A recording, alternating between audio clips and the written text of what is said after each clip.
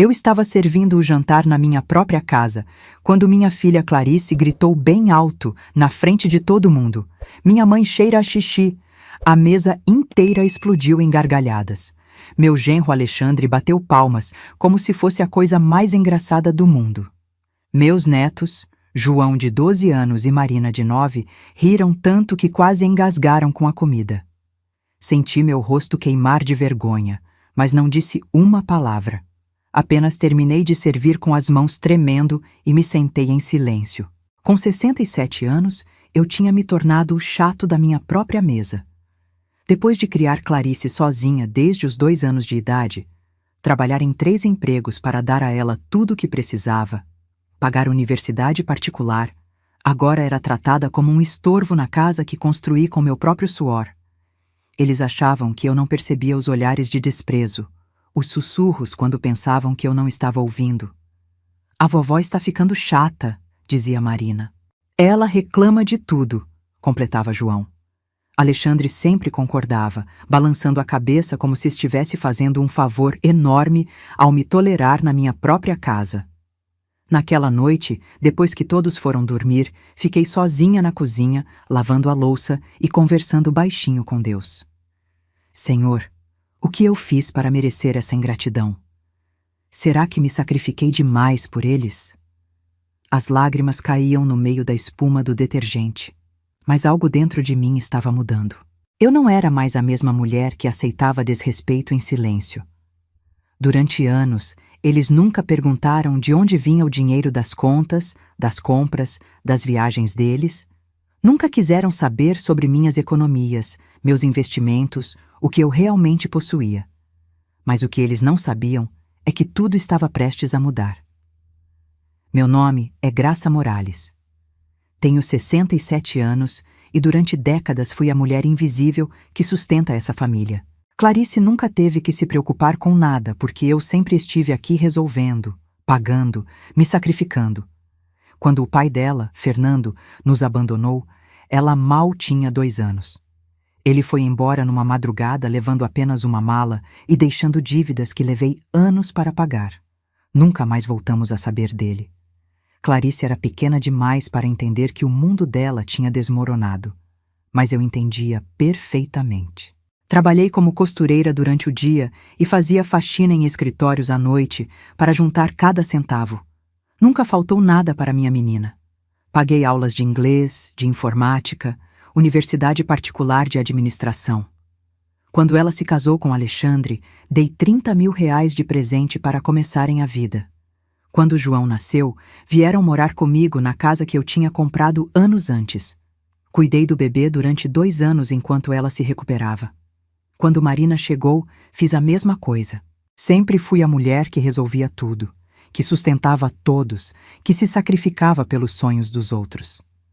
Durante esses últimos 5 anos morando comigo, me tornei a empregada doméstica gratuita da minha própria casa. Acordo às 5 da manhã para preparar café, arrumar uniformes das crianças, fazer comida. Clarice trabalha meio período numa loja de roupas, ganha apenas um salário mínimo, mas vive como se fosse rica. Alexandre está desempregado há 8 meses desde que foi demitido da empresa de contabilidade, mas finge que está avaliando melhores propostas. Os dois gastam dinheiro que não têm em restaurantes, roupas de marca para as crianças, passeios no shopping todo final de semana. E quem paga tudo isso? Eu. Quem cobre as contas da minha própria casa onde eles moram de favor? Eu. Quem sustenta essa família de 4 pessoas? Eu, com minha pensão de 3 salários mínimos e os investimentos que juntei durante 40 anos de trabalho duro. Mas eles me veem como um peso, como algo de que precisam se livrar. Na semana passada, ouvi Alexandre falando ao telefone com a irmã dele. Graça está ficando insuportável. Anda questionando nossos gastos, reclamando de tudo. Estamos pensando em convencê-la a ir morar num lugar mais adequado para a idade dela. Seria melhor para todos. Meu sangue ferveu quando ouvi isso. Não era tristeza, era indignação pura, uma raiva que crescia a cada humilhação.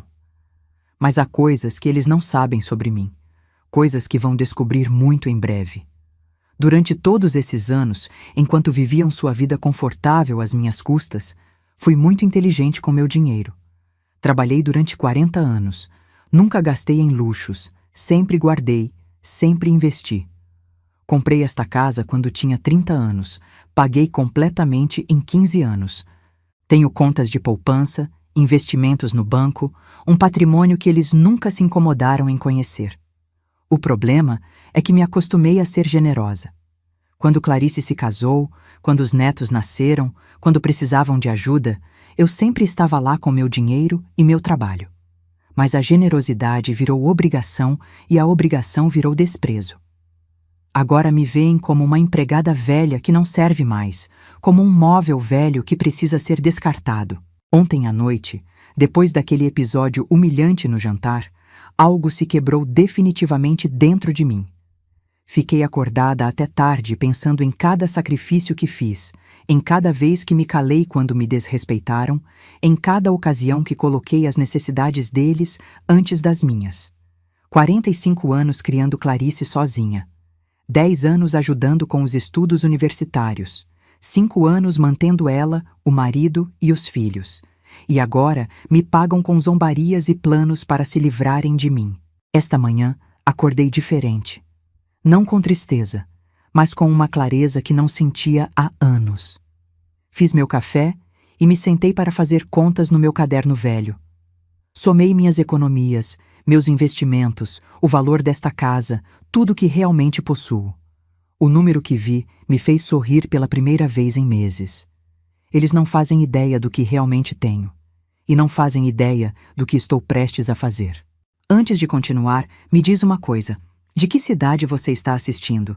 Deixa aqui nos comentários, se inscreve no canal e deixa seu like. Sua participação é muito importante para mim. Minha história com Clarice ficou difícil quando ela era apenas um bebê de 2 anos e seu pai decidiu que não queria mais ser pai nem marido. Fernando saiu de casa numa manhã qualquer. Levou uma mala e nunca mais voltou. Deixou apenas dívidas e uma criança pequena que dependia completamente de mim. Naquela época, eu trabalhava como costureira numa fábrica têxtil. O salário mal dava para pagar as contas básicas. Então arrumei um segundo emprego, fazendo faxina em escritórios à noite. Depois comecei a costurar roupas por encomenda nos finais de semana. 3 empregos, pouco sono, muito cansaço. Mas Clarice nunca ficou sem nada. Quando ela fez 15 anos, organizei uma festa que custou o equivalente a 3 meses do meu salário. Aluguei salão, contratei música, mandei fazer um vestido lindo. Ela estava radiante naquela noite, e eu me sentia a mãe mais orgulhosa do mundo. No dia seguinte, enquanto guardávamos os presentes, ela me disse algo que doeu. Mãe, queria ter tido um pai na minha festa. Todas as minhas amigas dançaram valsa com o pai, e eu tive que dançar com você. Foi estranho. Engoli aquela dor e continuei trabalhando ainda mais. Paguei aulas particulares de inglês, cursos de informática, tudo para que ela tivesse vantagens na vida. Quando chegou a hora da universidade, ela queria estudar administração numa faculdade particular caríssima. Mãe, todas as minhas amigas vão para universidades boas, não quero ficar para trás.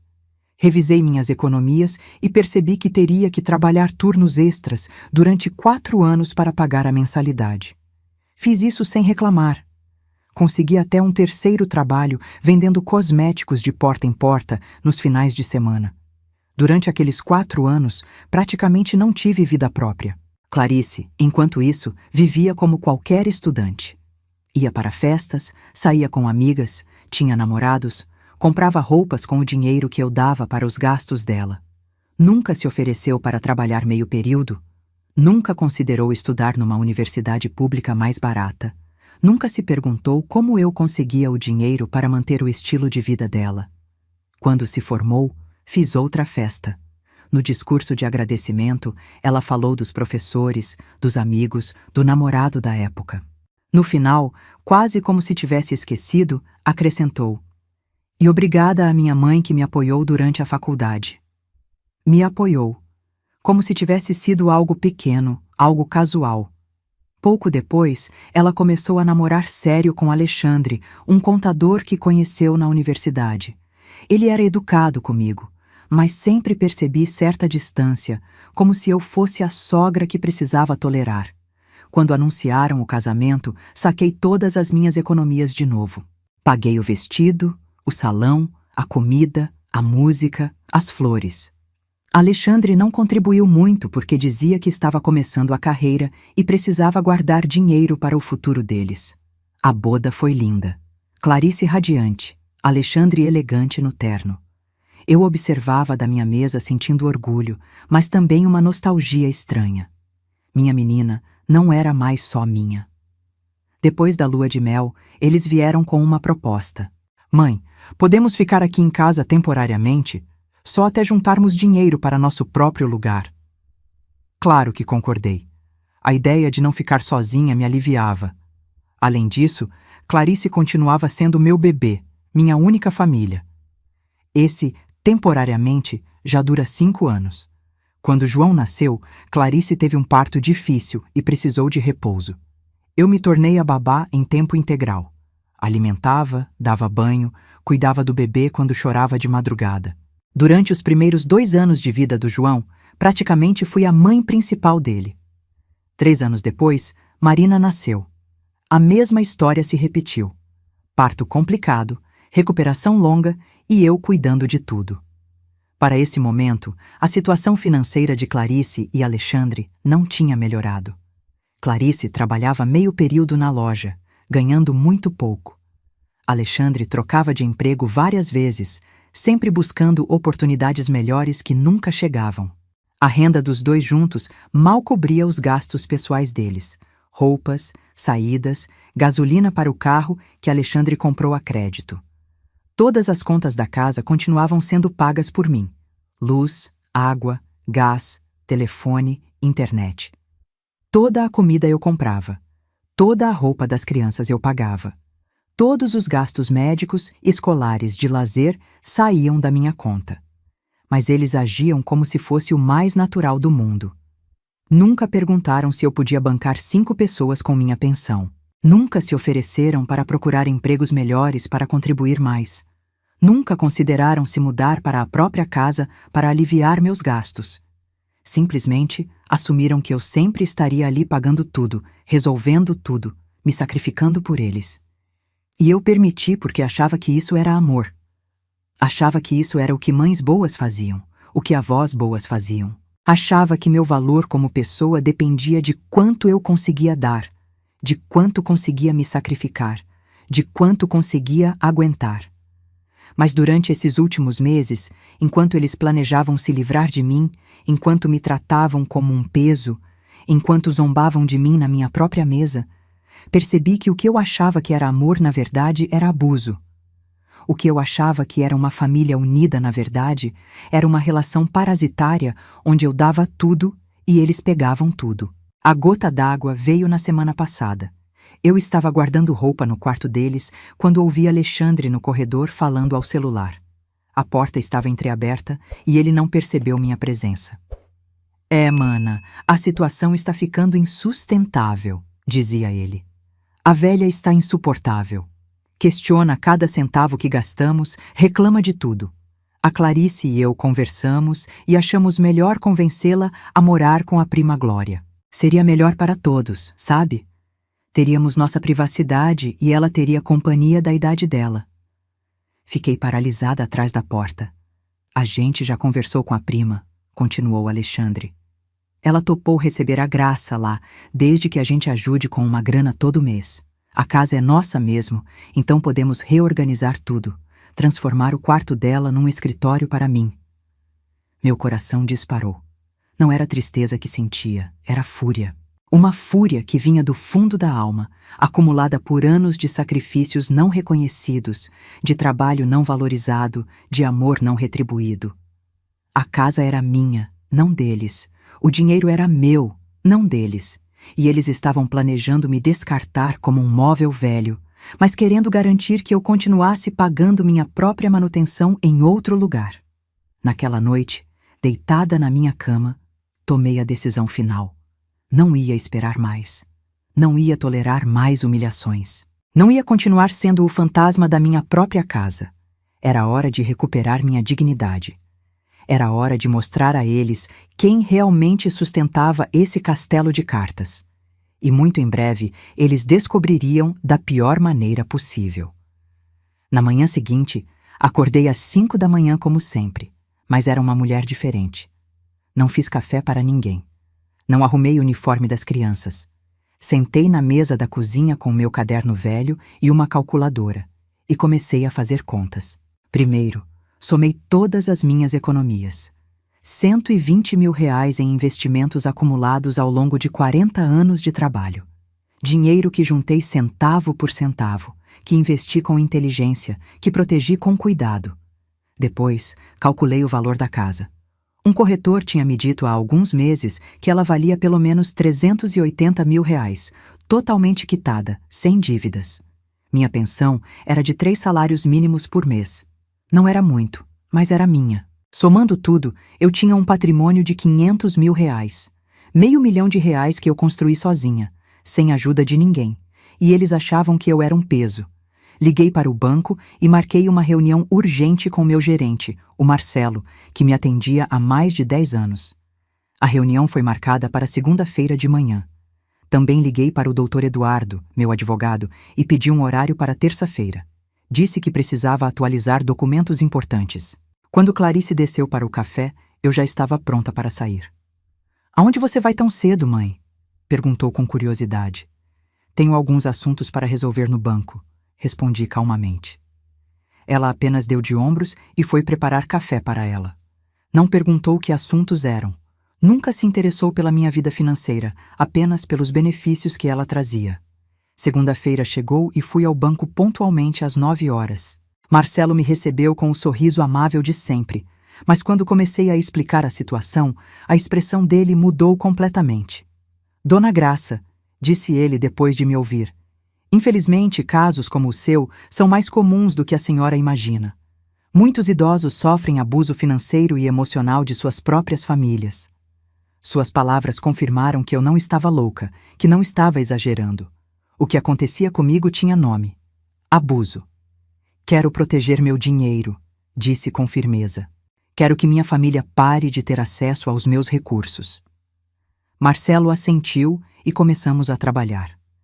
Primeiro, cancelamos imediatamente o débito automático que Alexandre usava para pagar as contas da casa com meu dinheiro. Depois, cancelamos o cartão adicional que Clarice vinha usando há anos. "A partir de agora", explicou Marcelo, "somente a senhora poderá movimentar seu dinheiro." Mas o mais importante foi quando decidimos transferir 60 mil reais dos meus investimentos para outro banco, uma instituição onde abri uma conta nova que só eu conheceria. "É uma medida de proteção adicional", explicou Marcelo. "Assim, mesmo que alguém tente pressioná-la ou manipulá-la, seus recursos principais estarão protegidos." Saí do banco me sentindo poderosa. Pela primeira vez em anos, tinha tomado uma decisão importante, sem consultar ninguém, sem pedir permissão, sem considerar primeiro as necessidades dos outros. Na terça-feira, fui ao escritório do Dr. Eduardo. Ele é meu advogado há 15 anos e sempre foi muito profissional e compreensivo. Quando expliquei minha situação, ele ficou sério. "Dona Graça", disse ele com cuidado, "o que a senhora está me contando é muito preocupante. Sua família está abusando economicamente da senhora e também psicologicamente." Contei sobre os planos deles de me enviar para a casa da prima, sobre as humilhações, sobre como me tratavam como empregada. "Quero proteger meu patrimônio", disse. "Quero garantir que meus bens estejam seguros, não importa o que aconteça." O Dr. Eduardo me explicou várias opções. Cancelamos meu testamento antigo imediatamente. Aquele documento deixava tudo para Clarice e os netos. Agora eu precisava pensar melhor sobre isso. "Enquanto a senhora decide o que fazer", disse ele, "vamos criar documentos que protejam sua propriedade. Também vamos fazer uma declaração de sua plena capacidade mental para tomar decisões sobre seu patrimônio." Ele me alertou sobre algo importante. Infelizmente, é comum que famílias tentem declarar idosos como incapazes mentalmente para tomar controle dos bens. Essa declaração vai protegê-la. Assinei todos os papéis necessários. Quando saí do escritório, sentia que tinha colocado uma armadura ao meu redor. Ninguém mais poderia me manipular ou tirar vantagem de mim. Minha próxima parada foi uma imobiliária que tinha encontrado na internet. Uma agente chamada Paula me mostrou vários apartamentos. O primeiro era pequeno demais, o segundo ficava numa área que não gostei, mas o terceiro era perfeito. Era um apartamento de 2 quartos num prédio tranquilo, habitado principalmente por pessoas da minha idade. Tinha uma cozinha funcional, uma sala confortável e da janela se via um parque lindo com bancos e árvores. É perfeito, disse para Paula. Quando posso me mudar?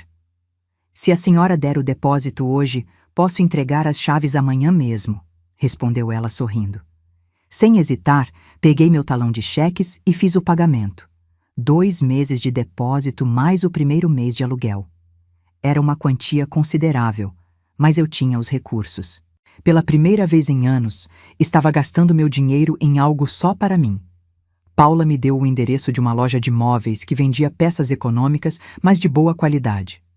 Passei a tarde toda escolhendo o essencial: uma cama de casal, um guarda-roupa simples, uma mesa com 2 cadeiras, uma geladeira pequena, um fogão básico. Não precisava de luxo. Precisava apenas de funcionalidade e conforto. Os móveis seriam entregues no dia seguinte à tarde. Para lá eu já estaria instalada na minha nova vida. A emoção que sentia era indescritível. Era como se tivesse estado dormindo durante anos e finalmente estivesse acordando. Quando voltei para casa à tarde, Alexandre estava na sala como sempre, fingindo procurar emprego no computador. As crianças assistiam televisão, tudo igual, como se nada estivesse prestes a mudar. Naquela noite, depois que todos foram dormir, comecei a empacar discretamente. Separei apenas o essencial: alguns vestidos confortáveis, roupas íntimas, sapatos básicos, meu casaco favorito. Também separei meus documentos importantes: certidão de nascimento, CPF, documentos do banco, apólices de seguro, escritura da casa, tudo o que precisaria para minha independência. Guardei tudo numa mala velha que mantive escondida debaixo da cama. Não queria que percebessem movimentos estranhos. Enquanto empacotava, encontrei fotografias antigas. Clarice bebê nos meus braços. Clarice no primeiro dia de aula. Clarice na formatura da faculdade. Clarice no casamento. Em todas essas fotos eu estava lá, segurando, acompanhando, apoiando, sempre presente, sempre disponível, sempre dando. Mas em nenhuma foto eu era a protagonista. Sempre era o personagem secundário na história de outra pessoa. Decidi levar apenas uma fotografia. Uma onde eu aparecia sozinha, tirada há alguns anos no meu aniversário. Nessa foto, eu estava sorrindo de verdade. Parecia tranquila, em paz. Era a mulher que eu queria voltar a ser. Deitei na cama sabendo que era a última noite que dormiria naquela casa como a empregada da minha própria família. A próxima vez que pisasse ali, seria como a dona que realmente sou. Ou talvez nunca mais voltasse. Perto da meia-noite, quando tinha certeza de que todos estavam dormindo, desci até a cozinha pela última vez. Sentei na mesa onde tantas vezes tinha preparado refeições, lavado louças, planejado cardápios para uma família que nunca agradeceu. Mas dessa vez estava ali para escrever uma carta. Peguei papel e caneta e comecei. Clarice, Alexandre, João e Marina. Durante anos vivi para vocês. Trabalhei para vocês, me sacrifiquei por vocês, coloquei as necessidades de vocês antes das minhas. Achei que isso era amor. Mas agora entendo que me tornei uma pessoa invisível na minha própria casa. Ouvi seus planos de me descartarem como se eu fosse um móvel velho. Vocês me trataram com desprezo, zombaram de mim, deram por garantido que eu sempre estaria aqui resolvendo os problemas e pagando as contas de vocês. Mas se enganaram. Decidi ir viver sozinha, num lugar onde possa ter a paz e o respeito que mereço. Esta casa é minha, mas vocês podem ficar nela por mais um mês para se organizarem. Depois disso, terão que encontrar outro lugar para morar. Não vou mais pagar as contas desta casa. Não vou mais sustentar uma família que me vê como um peso. Não vou mais ser a mulher invisível que dá tudo e recebe humilhações. Alexandre, você tem 1 mês para conseguir um emprego de verdade e começar a sustentar sua família. Clarice, pode aumentar suas horas de trabalho ou procurar um emprego melhor.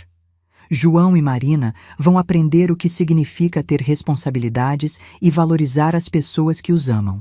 As contas que vocês terão que pagar a partir do próximo mês: luz, água, gás, telefone, internet, supermercado, prestação do carro, escola das crianças, plano de saúde. Está tudo anotado aqui embaixo. Talvez um dia entendam o mal que me fizeram. Talvez um dia aprendam a valorizar o que tinham. Mas para lá, eu já estarei vivendo a vida que mereço, rodeada de pessoas que me respeitem. Não me procurem. Quando estiverem prontos para me tratar com o respeito que mereço, eu decidirei se quero voltar a ter contato com vocês. Com amor, mas sem submissão. Graça. Deixei a carta na mesa da cozinha, junto com as chaves extras da casa e uma lista detalhada de todas as despesas mensais. Água, R$ 150. Luz, R$ 280. Gás, R$ 100. Telefone e internet, R$ 190. Supermercado, pelo menos R$ 1.200 por mês. Prestação do carro, R$ 800. Escola das crianças, R$ 700 cada. Plano de saúde, R$ 400. Pela primeira vez, eles teriam que encarar a realidade de quanto custava manter o estilo de vida deles. Subi para o quarto, peguei minha mala já pronta e esperei. Tinha chamado um táxi para as 5 da manhã. Ele me esperaria na esquina para não fazer barulho. Às 4:30, me levantei pela última vez naquela cama. Tomei banho, me vesti, olhei ao redor do quarto que tinha sido meu durante tantos anos. Não senti nostalgia. Senti apenas alívio. Às 5 em ponto, peguei minha mala e minha bolsa com os documentos e saí pela porta da frente. Não olhei para trás. O táxi estava me esperando exatamente onde combinamos. "Bom dia, senhora", disse o motorista. "Para onde vamos?" Dei o endereço do meu novo apartamento e, enquanto o carro se afastava, olhei pela janela, vendo a casa onde tinha vivido por tanto tempo desaparecer atrás de mim. Não era tristeza que sentia, era libertação. O apartamento estava vazio quando cheguei, mas era meu, completamente meu. Paula me esperava na portaria com as chaves. "Sua nova vida começa hoje", disse ela sorrindo. E ela estava certa. Subi para o apartamento e fiquei parada na sala vazia respirando fundo. O ar cheirava a novo começo, a possibilidades infinitas, a liberdade. Os móveis chegariam à tarde. Enquanto isso, sentei no chão e peguei meu celular novo. Tinha trocado de número no dia anterior. Liguei para minha prima Glória para contar que finalmente tinha dado o passo. "Graça!", ela gritou emocionada. "Não acredito que você fez isso. Estou tão orgulhosa de você." Conversamos por quase 1 hora. Glória era a única pessoa da família que realmente me apoiava, que entendia pelo que eu estava passando. Enquanto isso, na minha antiga casa, o caos estava começando. João desceu correndo as escadas às 8 da manhã, como sempre, esperando encontrar a mesa posta, o suco servido, a tapioca quentinha que eu fazia toda manhã. Mas a cozinha estava vazia, fria, em silêncio. "Mãe!", ele gritou para cima. "A vovó não fez café." Clarice desceu de roupão com o cabelo bagunçado, visivelmente irritada por ter sido acordada cedo. "Como assim não fez café?", resmungou entrando na cozinha. Foi quando ela viu minha carta sobre a mesa, junto com as chaves e a lista de contas. Pela descrição que Glória me deu depois, porque Clarice foi correndo procurá-la, minha filha ficou pálida. As mãos tremiam enquanto lia. Os olhos se arregalaram. A boca se abriu. "Alexandre!", ela gritou com uma voz que ele nunca tinha ouvido. "Alexandre, vem aqui agora!" Alexandre desceu correndo ainda de pijama, achando que tinha alguma emergência. "O que foi? Por que está gritando?" Clarice estendeu a carta sem conseguir falar. Alexandre leu em silêncio e pude imaginar perfeitamente a cara de choque dele quando chegou na parte sobre ter 1 mês para sair de casa. "Cadê sua mãe?", perguntou Alexandre. Clarice correu escada acima.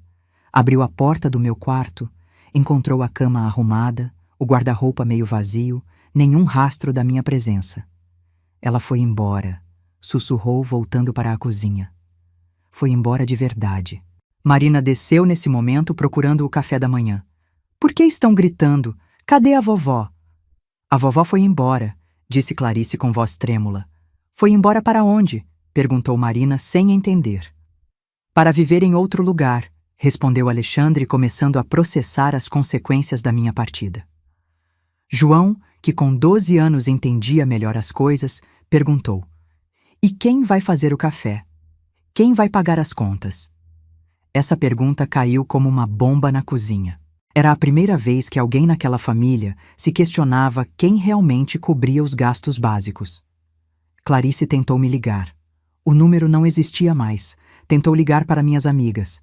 Ninguém sabia onde eu estava. Tinha desaparecido completamente das vidas deles, exatamente como eles tinham planejado se livrar de mim. Mais tarde, naquela manhã, Clarice tentou usar o cartão adicional para fazer compras no supermercado. Recusado. Alexandre tentou pagar uma conta no débito automático. Cancelado. Foi quando eles entenderam. Não tinham mais acesso ao meu dinheiro. A fonte que sustentava aquela casa tinha secado. E eu estava no meu apartamento novo, vendo os móveis serem entregados, arrumando meu espaço do meu jeito, finalmente vivendo para mim mesma. Pela primeira vez em décadas, eu era livre. A primeira semana no meu apartamento novo foi como renascer. Acordava quando queria, sem despertador, sem pressa. Fazia meu café com calma, sentava na janela olhando o parque, lia o jornal inteiro. Coisas simples que nunca pude fazer quando minha vida pertencia às necessidades dos outros. No segundo dia, conheci Dona Rosa no elevador. Ela tinha 70 anos, morava sozinha no apartamento ao lado do meu. Você é nova aqui, né? Perguntou com um sorriso simpático. Vem tomar um café comigo? Foi assim que descobri que não estava sozinha. Dona Rosa tinha se divorciado do marido depois de 40 anos de casamento porque ele nunca a respeitou. Depois dos 70, decidi que merecia ser feliz, me disse. No parque, conheci Dona Teresa e Dona Silvia. Teresa tinha deixado a casa do filho porque a nora a tratava mal. Silvia tinha vendido a casa grande e se mudado para o apartamento depois que os filhos foram embora sem nem se despedir. Todas éramos mulheres que tínhamos tomado decisões corajosas para proteger nossa dignidade. Nos encontrávamos no parque todas as tardes, conversávamos, ríamos, compartilhávamos nossas histórias. Pela primeira vez em anos, eu tinha amigas de verdade, não pessoas que apenas me toleravam por conveniência. Enquanto eu descobria essa liberdade, minha antiga família estava em desespero. Glória me ligou no terceiro dia. Prima, você nem imagina o que aconteceu. A Clarice apareceu aqui no meu trabalho chorando, me implorando para dizer onde você está. Chorando? Perguntei surpresa. Fazia anos que não via Clarice chorar de verdade. Chorando muito. Disse que tentaram usar o cartão e foi recusado. Que precisaram pedir dinheiro emprestado para comprar comida. O Alexandre finalmente aceitou um emprego numa loja de autopeças, mas o salário é muito baixo. Senti uma pontada de pena, mas depois lembrei de todas as humilhações, de todos os anos sendo tratada como empregada na minha própria casa. E o que você disse para ela? Perguntei.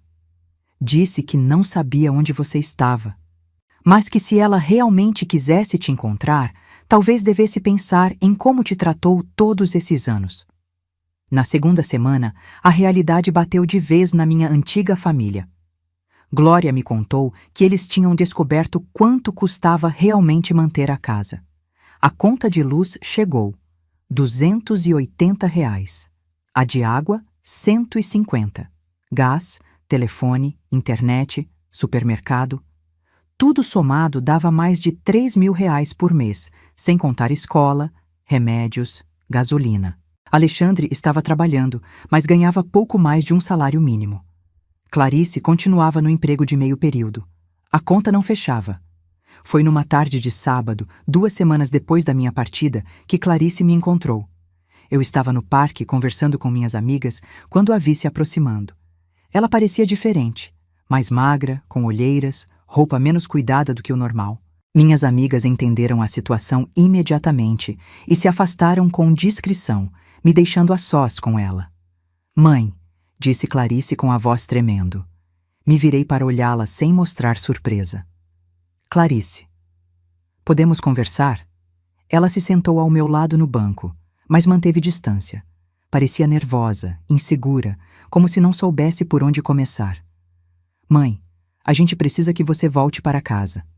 Por quê? Perguntei com calma. Porque a gente precisa de você. Precisam de mim para quê, exatamente? Clarice ficou em silêncio. Era óbvio que não tinha preparado essa conversa. Tinha vindo esperando que eu concordasse imediatamente em voltar. Para nos ajudar, murmurou finalmente. Ajudar com o quê? Com as despesas da casa.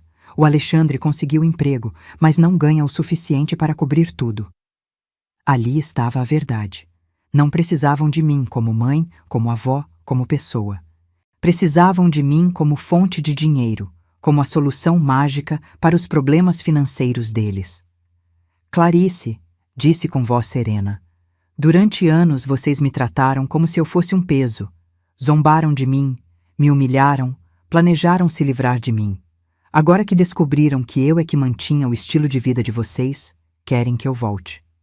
Não é assim, protestou fracamente. Não é? Então por que me procura? Porque sente minha falta? Porque quer passar tempo comigo? Porque valoriza minha companhia? Clarice não conseguiu responder, porque as duas sabíamos que a resposta era não. Eu perdoo você, Clarice. Perdoo porque você é minha filha e sempre vou te amar. Mas perdoar não significa que vou voltar para uma situação onde não sou respeitada. Eu prometo que vai ser diferente, suplicou. A gente vai te tratar melhor, vai te valorizar. Até quando? Até se acostumarem de novo com a minha presença? Até voltarem a me dar por garantida? Até encontrarem outra maneira de se livrar de mim? Clarice começou a chorar. Lágrimas de verdade, não o choro manipulador que usava desde criança para conseguir o que queria. Eu não sei o que fazer, mãe. Não sabia que manter uma casa era tão caro. Não sabia que a gente dependia tanto de você. Você achava que eu só estava ali, disse. Só estava ali. Não como uma pessoa com necessidades, sentimentos e dignidade própria, mas como algo que simplesmente estava disponível. Ficamos em silêncio por um longo momento. Clarice, você é uma mulher adulta, com marido e filhos. É hora de aprender a viver sem depender da sua mãe para tudo. Mas a gente não sabe como. Então aprendam. Do mesmo jeito que eu aprendi a ser mãe solteira aos 23 anos. Do mesmo jeito que aprendi a trabalhar 3 empregos para te sustentar. Do mesmo jeito que aprendi a sacrificar meus sonhos pelos seus. Clarice ficou mais 1 hora comigo, tentando me convencer com diferentes argumentos. Que as crianças sentiam minha falta. Que Alexandre tinha aprendido a lição. Que ela tinha entendido o meu valor. Mas todas as palavras soavam vazias, porque sabíamos que só me procuravam por causa do dinheiro. Quando ela foi embora, parecia derrotada. Acho que finalmente entendeu que as consequências das ações dela eram permanentes. 1 mês depois da minha partida, exatamente como tinha prometido na carta, mudei as fechaduras da casa. Era minha propriedade legal e eu já tinha dado tempo suficiente para se organizarem. Contratei um chaveiro e fui pessoalmente supervisionar o serviço. Quando Clarice chegou do trabalho naquela tarde e não conseguiu entrar, me ligou desesperada. Tinha conseguido meu novo número através de Glória. Mãe, você trocou as fechaduras. A gente não consegue entrar. O mês que dei acabou? Respondi calmamente. Era tempo de encontrarem o próprio lugar. Mas a gente não achou nada que dê para pagar. Então procurem algo menor, mais barato, num bairro menos caro. Igual faz qualquer família que tem que viver com os próprios recursos. As crianças vão ter que mudar de escola. As crianças vão aprender que luxo se conquista com trabalho e se mantém com responsabilidade. Clarice continuou suplicando, mas minha decisão estava tomada. Tiveram 1 mês inteiro para se organizar. Se não fizeram, era porque continuavam esperando que eu resolvesse os problemas deles. 3 dias depois, Glória me contou que Clarice, Alexandre e as crianças tinham se mudado para um apartamento pequeno num bairro mais barato. A vida de privilégios tinha acabado. A vida real tinha começado. E eu finalmente estava vivendo a minha. 6 meses se passaram desde que deixei minha antiga vida. Glória me mantinha informada sobre minha família, mesmo quando eu não pedia. Clarice e Alexandre tinham se adaptado à nova realidade. Ele trabalhava a tempo integral na loja de autopeças e tinha conseguido uma promoção pequena. Ela tinha aumentado as horas na loja de roupas e agora trabalhava período completo. As crianças tinham mudado para uma escola pública no bairro novo. Segundo Glória, João e Marina estavam aprendendo a ajudar em casa porque não tinham mais empregada doméstica gratuita. Faziam as próprias camas, ajudavam com a louça, organizavam os brinquedos. Sabe o que é mais interessante? Glória me disse. A Clarice comentou que as crianças estão mais unidas agora, que estão aprendendo o valor das coisas. Era irônico. Minha partida, que eles tinham visto como uma tragédia, estava transformando minha família no que sempre deveriam ter sido, pessoas responsáveis que se sustentavam sozinhas. 3 meses depois, recebi uma carta pelo correio. Era de João, escrita à mão com a letra dele. Querida vovó Graça, dizia, sinto muita falta das suas tapiocas e das histórias que você contava antes de dormir. A mãe explicou por que você foi embora e acho que entendo. A gente não te tratava bem e isso foi errado. Agora eu ajudo mais em casa e aprendi algumas coisas sozinho. Consegui meu primeiro emprego ajudando numa padaria nos finais de semana. O papai disse que essas experiências estão nos tornando mais fortes. Espero que você esteja feliz na sua casa nova. Te amo, João. Chorei quando li aquela carta, mas não de tristeza. Chorei de orgulho porque meu neto estava aprendendo lições importantes sobre respeito, responsabilidade e consequências. 2 semanas depois, Marina também escreveu. Vovó, a mamãe me ensinou a fazer tapioca como você fazia. Não fica tão gostosa quanto a sua, mas quando como lembro de você. Agora eu ajudo mais em casa e entendo que cuidar da família é trabalho de todo mundo, não só de uma pessoa. Saudades, Marina. Guardei as 2 cartas numa caixa especial junto com alguns documentos importantes.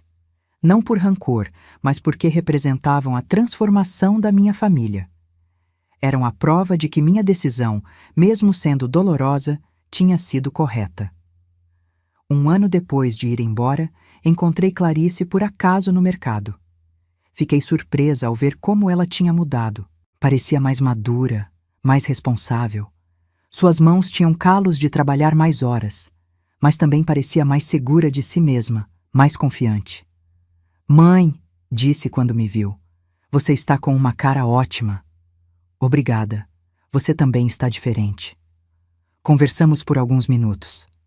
Ela me contou que Alexandre tinha conseguido um emprego melhor numa empresa de contabilidade, que ela tinha sido promovida na loja e agora ganhava um pouco mais. As crianças estavam bem adaptadas à escola nova e tinham se tornado mais independentes. Você está feliz, mãe? Perguntou no final. Muito feliz, respondi com sinceridade. Pela primeira vez em décadas estou completamente feliz. Clarice assentiu com tristeza. Fico feliz por você. E pude ver que ela falava sério. Nos despedimos de forma cordial, sem mágoa, mas também sem fazer planos para nos vermos de novo. Eu tinha perdido a filha que me usava como empregada, mas talvez um dia encontrasse a filha que me respeitasse como mãe. Hoje, 2 anos depois de ter deixado aquela vida, acordo todas as manhãs no meu apartamento com uma sensação de paz que nunca tinha experimentado. O sol entra pela minha janela na hora que eu quero. Preparo meu café com calma, sem pressa, saboreando cada gole enquanto olho o parque da minha cozinha. Minhas tardes são com Dona Rosa, Dona Teresa e Dona Silvia no parque. Compartilhamos histórias, rimos de coisas que só mulheres da nossa idade entendem. Nos damos conselhos sobre plantas, receitas e às vezes sobre nossas famílias complicadas. Os finais de semana visito Glória ou saio sozinha para explorar a cidade. Redescobri lugares que tinha esquecido que existiam. Livrarias pequenas, onde passo horas, feiras de artesanato onde converso com os vendedores, Praças onde me sento no banco, só observando as pessoas passarem. Tudo no meu ritmo, segundo meus próprios desejos. No mês que vem, completo 70 anos. Estou planejando uma celebração pequena com minhas amigas do parque. Será a primeira vez em décadas que celebro meu aniversário pensando no que eu quero, não no que os outros esperam de mim. Voltei ao Dr. Eduardo para finalizar meu testamento. Decidi deixar a casa para uma organização que ajuda mulheres idosas em situações de violência familiar. Meus investimentos vão para um fundo educacional para crianças de famílias trabalhadoras. Clarice vai receber algo, mas não tudo. João e Marina vão receber a parte deles quando completarem 25 anos, idade suficiente para valorizar o que recebem. Essa decisão não tomei por vingança, mas por coerência. Durante toda a vida dei sem limites, e essa generosidade sem medida criou pessoas dependentes que não sabiam valorizar o que tinham. Minha última generosidade será ensinar que tudo se conquista, que nada é garantido, que respeito e amor são essenciais para receber os frutos de uma vida de trabalho. Quando me olho no espelho agora, vejo uma mulher que aprendeu a se valorizar. Vejo rugas que falam de experiência, não de sofrimento. Vejo olhos que brilham com a serenidade de quem tomou as decisões certas, mesmo sendo difíceis. Aprendi que amar não significa permitir que te machuquem. Aprendi que ser mãe ou avó não significa sacrificar toda a dignidade pessoal. Aprendi que nunca é tarde demais para exigir o respeito que merecemos. Meu apartamento é pequeno, mas está cheio da minha presença. Cada objeto tem uma história que eu escolhi. Cada móvel está onde eu quis colocar. Cada dia passa de acordo com meus desejos e necessidades. Pela primeira vez na vida, sou a protagonista da minha própria história. Às vezes, o maior ato de amor que podemos ter por nós mesmos é simplesmente dizer, não mais. E foi no silêncio que escolhi que encontrei minha própria voz. Agora quero saber de você. No meu lugar, o que você teria feito? Conta aqui nos comentários. Sua história também importa. E não deixa de assistir o próximo vídeo que está aparecendo na tela agora, com uma reviravolta emocionante que vai te surpreender. Até a próxima!